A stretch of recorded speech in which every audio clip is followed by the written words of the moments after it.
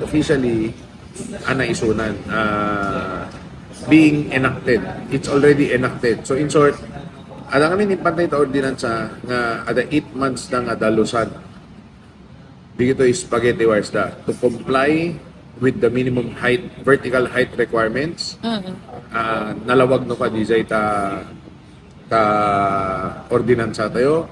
Secondly, dagiti dead, cut, abandoned wires, dagiti pinutputol da idin kadana dapat ikaten na amin di kita.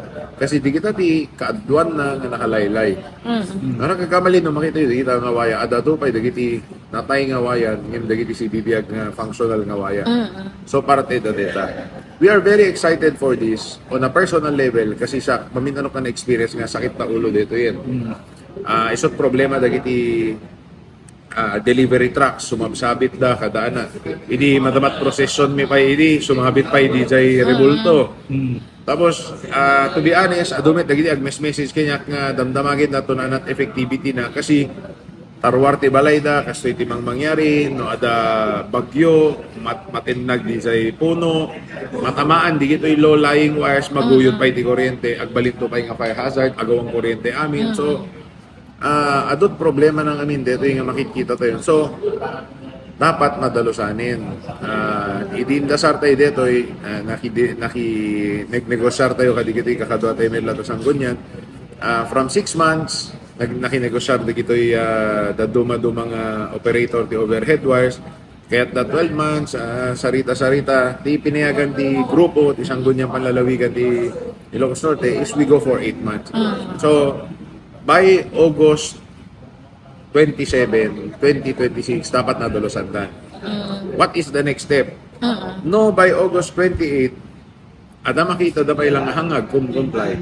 They can file a complaint. They can actually report it to DJ Makinbagi Tiwaya, mabalin na surata namin, mabalin na report ni Kapitolyo.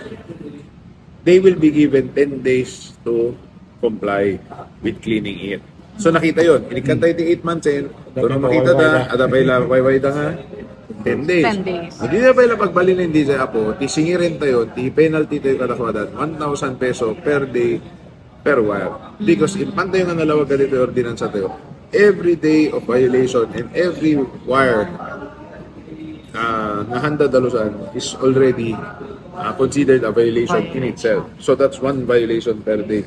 Diba na tayo medyo marik na damit basit apo nga there's that need na dalusan da kasi noan bang handa rik na Yes. diba handa kaskaso isot problema nga ti tao. So tata inikanta lang DJ solusyon DJ limteg tayo nga masigurado tayo nga ubrahin na kita.